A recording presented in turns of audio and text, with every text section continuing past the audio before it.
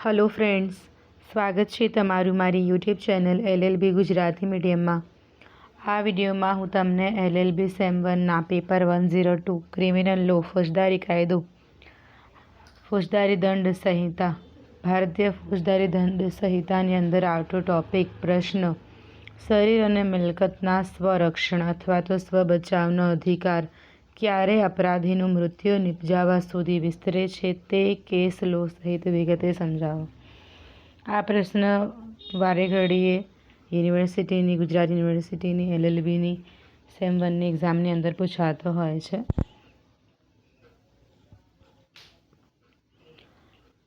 ભારતીય ફોજદારી ધારામાં કલમ 76 થી 106 સુધી સામાન્ય અપવાદો રજૂ કરવામાં આવ્યા છે। સામાન્ય સંજોગોમાં જે કૃત્ય ગુનો બને તે આ અપવાદમાં આવતા સંજોગોમાં ગુનો બનશે નહીં। કલમ 96 થી 106માં સ્વબચાવ સ્વરક્ષણના અધિકારની જોગવાઈ છે, સેલ્ફ ડિફેન્સ અને પ્રાઇવેટ ડિફેન્સ। કલમ 100, 101 અને 102માં શરીરના સ્વબચાવનો અધિકાર સામી વ્યક્તિનું મૃત્યુ નિપજાવવા સુધી કયા સંજોગોમાં વિસ્તરે છે તે સંજોગો દર્શાવે છે, કલમ 100, 101 અને 102। કલમ 103, 104 અને 105માં મિલકતના સ્વબચાવનો અધિકાર વ્યક્તિના મોત સુધી કયા સંજોગોમાં વિસ્તરે છે તે દર્શાવે છે। એટલે 100, 101 અને 102માં શરીરના સ્વબચાવનો અધિકાર છે અને કલમ 103, 104 અને 105માં મિલકતના સ્વબચાવનો અધિકાર છે કે જે સામી વ્યક્તિના મોત નિપજે તે કયા સંજોગો સુધી વિસ્તરે છે, કયા સંજોગમાં વ્યક્તિના મૃત્યુ સુધી વિસ્તરે છે તે વિશેની માહિતી આપવામાં આવી છે। કલમ 100, 101 અને 102 જોઈ લઈએ। શરીરના સ્વબચાવનો અધિકાર મૃત્યુ નિપજાવવા સુધી ક્યારે વિસ્તરે? કલમ 100 નીચેના 7 સંજોગો દર્શાવે છે કે જેમાં હુમલાખોરનું મૃત્યુ નિપજાવવા સુધી સ્વબચાવનો અધિકાર મળે છે। એટલે કલમ 100ની અંદર જુદા જુદા એવા 7 સંજોગો દર્શાવવામાં આવ્યા છે કે જે સંજોગોમાં જો આપણા કોઈ વ્યક્તિ ઉપર હુમલો થાય અને હુમલાખોર પોતાના સ્વબચાવ માટે એ વ્યક્તિ હુમલાખોરનું મૃત્યુ નિપજાવી શકે તેવા સંજોગો છે। પહેલું છે હુમલાના પરિણામે મૃત્યુ નિપજશે એવું ભય હોય।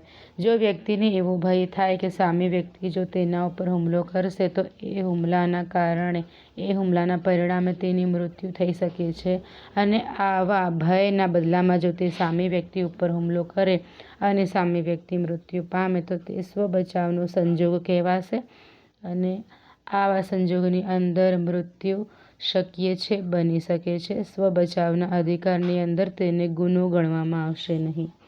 બીજો કયો સંજોગ છે? તો હુમલાના પરિણામે મહાવ્યથા નિપજશે એવો ભય હોય વ્યક્તિને। જો કોઈ વ્યક્તિ ઉપર હુમલો કરવામાં આવે કોઈ વ્યક્તિ દ્વારા અને એ હુમલાના પરિણામે મહાવ્યથા એટલે ખૂબ જ સખત ઈજા થશે એવો ભય ઉત્પન્ન થાય અને આવા ભયના લીધે જો વ્યક્તિ સામી વ્યક્તિ ઉપર હુમલો કરે અને એ હુમલાના પરિણામે જો સામી વ્યક્તિ મૃત્યુ પામે તો સ્વબચાવના આ અધિકાર હેઠળ તે ગુનો બનશે નહીં। જો તે વ્યક્તિને મૃત્યુ થાય તો પણ તે ગુનો બનશે નહીં। ત્રીજો સંજોગ છે કે જો બળાત્કાર કરવાના ઈરાદા સહિત હુમલો થાય। જો કોઈ વ્યક્તિ બળાત્કાર કરવાના ઈરાદાથી સામી વ્યક્તિ ઉપર હુમલો કરે અને એ હુમલાની અંદર બચાવ તરીકે સ્વબચાવના કિસ્સામાં જો મૃત્યુ નિપજાવવામાં આવે તો આ અધિકાર હેઠળ તે ગુનો બનશે નહીં, તે મૃત્યુ એ અપરાધ કહેવાશે નહીં।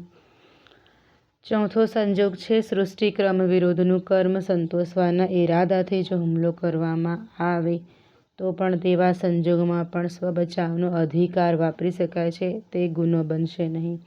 અપહરણ કે અપનયનના ઈરાદાથી જો કોઈ વ્યક્તિ હુમલો કરે અને એવા હુમલામાં સ્વબચાવ માટે જો સામે વ્યક્તિ પણ હુમલો કરે અને એવા હુમલા બદલ જો મૃત્યુ થાય તો આ સ્વબચાવનો અધિકાર વાપરી શકાય છે।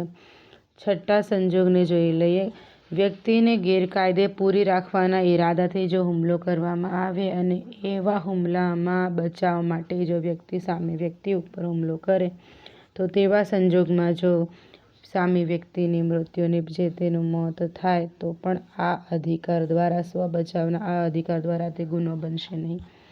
છેલ્લો જે સંજોગ છે તે છે એસિડ કે જ્વલનશીલ પદાર્થ નાખવા કે ઉપયોગ કરવો જેના કારણે એવો મહાવ્યથા ઉત્પન્ન થશે, એવો ભય ઉત્પન્ન થાય. એટલે કે જો કોઈ વ્યક્તિ બીજી વ્યક્તિ ઉપર એસિડ કે જ્વલનશીલ પદાર્થનો ઉપયોગ કરતો હુમલો કરે અને તે એવા જ્વલનશીલ કે એસિડ પદાર્થથી જો તેને સખત ઈજા થઈ શકે તેવો ભય હોય અને તે હુમલાથી બચવાના ઈરાદાથી જો તે વ્યક્તિ સામે વ્યક્તિ ઉપર હુમલો કરે અને જો તે વ્યક્તિ મૃત્યુ પામે તો આવા કિસ્સામાં પણ સ્વ બચાવનો આ અધિકાર વાપરી શકાય છે, તે ગુનો બનશે નહીં. કલમ 101 જોઈ લઈએ. કલમ 101 એવું જ સૂચવે છે કે કલમ 100ની અંદર જે 7 સંજોગો જણાવવામાં આવ્યા છે તે 7 સંજોગો સિવાયના કોઈ પણ સંજોગમાં મૃત્યુ ન નિપજાવી શકાય. સામી વ્યક્તિ જો હુમલો કરે તો તેને ઈજા નિપજાવી શકાય. ઉપર જે સંજોગો આપ્યા છે એ સ્વ બચાવના હક માટેના અધિકાર માટેના સંજોગો છે. એ 7 સંજોગો સિવાયના કોઈ પણ સંજોગમાં સામી વ્યક્તિની મૃત્યુ ન નિપજાવી શકાય, પરંતુ એ હુમલાથી બચવા માટે સામે હુમલો કરીને તેને ઈજા નિપજાવી શકાય છે. કલમ 101 ઉપરના જે 7 પ્રકારના ગુનાઓ દર્શાવવામાં આવ્યા છે, જે સંજોગો દર્શાવવામાં આવ્યા છે તે સિવાયના સંજોગોમાં કિસ્સાઓમાં સ્વ બચાવના હકનો અધિકારનો ઉપયોગ કરવામાં મૃત્યુ ન નિપજાવી શકાય, પરંતુ કોઈ ઈજા નિપજાવી શકાય. એટલે હુમલો થાય તો સામે બીજો હુમલો કરી શકાય, પણ એ હુમલાથી મૃત્યુ ન થવી જોઈએ, ઈજા થવી જોઈએ. ઉપરના 7 સંજોગો સિવાયના સંજોગોમાં. કલમ 102 શરીરના સ્વ બચાવનો અધિકાર ક્યારે શરૂ થાય છે અને તે ક્યાં સુધી ચાલુ રહેશે અને ક્યારે તેનો અંત થશે અધિકારનો, તે આ કલમની અંદર દર્શાવવામાં આવ્યું છે. આ કલમ મુજબ ગુનો કરવાનો પ્રયત્ન કે ધમકીમાંથી શરીરને જોખમ પહોંચાડવાનો સામાન્ય ભય પેદા થતો હોય ત્યારે જ શરીરના અંગત બચાવ એટલે કે સ્વ બચાવના અધિકારનો આરંભ થાય છે. એટલે સામે વ્યક્તિને ધમકી મળે કાં તો એવો ભય ઊભો થાય કે તે સામે વ્યક્તિના હુમલાથી તેના શરીરને જોખમ પહોંચશે, તો એવો ભય પેદા થાય ત્યારે જ તેવા સંજોગોમાં જ આ જે અધિકાર છે સ્વ બચાવનો તે ઉત્પન્ન થતો હોય છે, તેનો આરંભ થતો હોય છે, શરૂ થતો હોય છે. જ્યાં સુધી શરીરના જોખમનો ભય ચાલુ રહે છે, એટલે વ્યક્તિને એવું થશે કે આ હુમલાથી કે આના ભયથી તેના શરીરને જોખમ થશે, તો ત્યાં સુધી આ અધિકાર ચાલુ રહેશે. જો આ ભય પૂરો થાય તો આ અધિકાર પણ સ્વ બચાવનો અધિકાર પણ પૂરો થાય છે. આશા રાખું છું તમને આ જે ટૉપિક છે સમજાઈ ગયો હશે. જો તમને મારો આ વિડીયો ગમ્યો હોય તો વિડીયોને લાઈક કરજો, શેર કરજો, કોમેન્ટ કરજો. હવે પછીના વિડીયોમાં હું તમને મિલકતના સ્વ બચાવનો અધિકાર ક્યાં સુધી વ્યક્તિના મૃત્યુ નિપજાવવા સુધી વિસ્તરી શકે છે તેના વિશેની હું જાણકારી આપીશ. આ વિડીયોમાં મેં તમને શરીરનો સ્વ બચાવનો અધિકાર કયા સંજોગોમાં અપરાધીનું મૃત્યુ નિપજાવવા સુધી વિસ્તરી શકે છે તેના વિશેની માહિતી આપી હતી. હવે આવનારી વિડીયોમાં હું તમને મિલકતના સ્વ બચાવનો અધિકાર ક્યારે અપરાધીનું મૃત્યુ નિપજાવવા સુધી વિસ્તરે છે તેના વિશે વિગતે જાણકારી આપીશ.